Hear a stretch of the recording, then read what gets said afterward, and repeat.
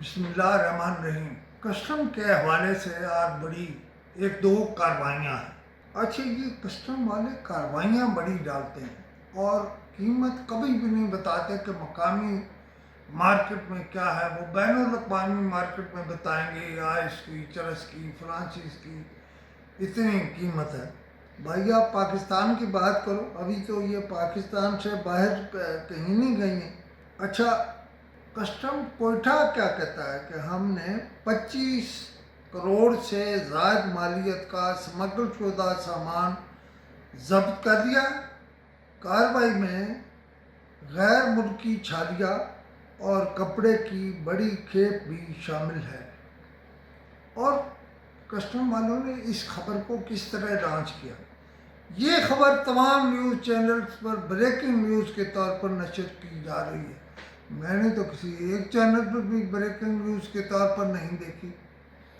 देखें कब तक आप कार्रवाई डालते रहेंगे और कब तक जनाब चेयरमैन FBI आप भी कब तक इनके सामने इस तरह बने रहेंगे जैसे आपको किसी चीज़ का पता ही नहीं है।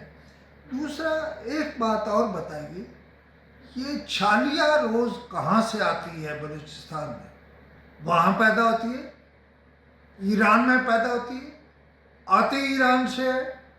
ये तो ज़रा बताएं। और कपड़ा तो चलो मान लिया आया होगा ईरान से, लेकिन ये रोज़ क्या कार्रवाई? अच्छा, फिर कहते हैं कि जी DI खान जो है वहाँ 5 करोड़ रुपए मालियत की स्मगलिंग नाकाम हो गई।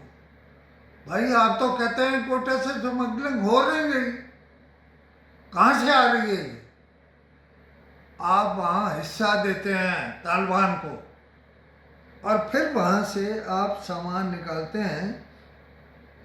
खैर ये भी कोई बात नहीं है, कार्रवाई है जिसको सिर्फ कार्रवाई कहते हैं।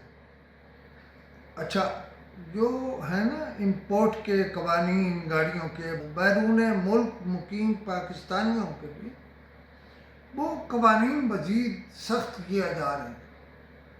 चेयरमैन साहब आप जो मर्जी करें, पाकिस्तानियों को चैन न लेने दीजिएगा, कोई सुख का सांस नहीं आएगा उनको, और आपने उन्हें सुख का सांस लेने भी नहीं देना। खैर मैं तो कोई ये भी नहीं चाहता कि मतलब उन्हें सुख का सांस आप लेने देंगे या आप कुछ करेंगे, आप कुछ नहीं करेंगे।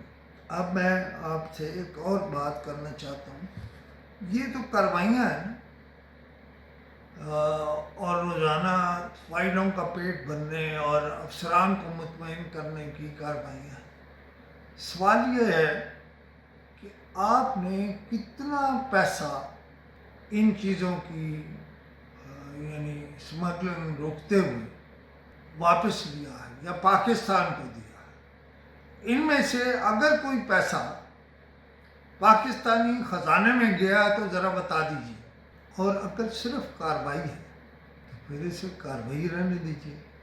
कहिए कार्रवाई है, लपना कुछ नहीं।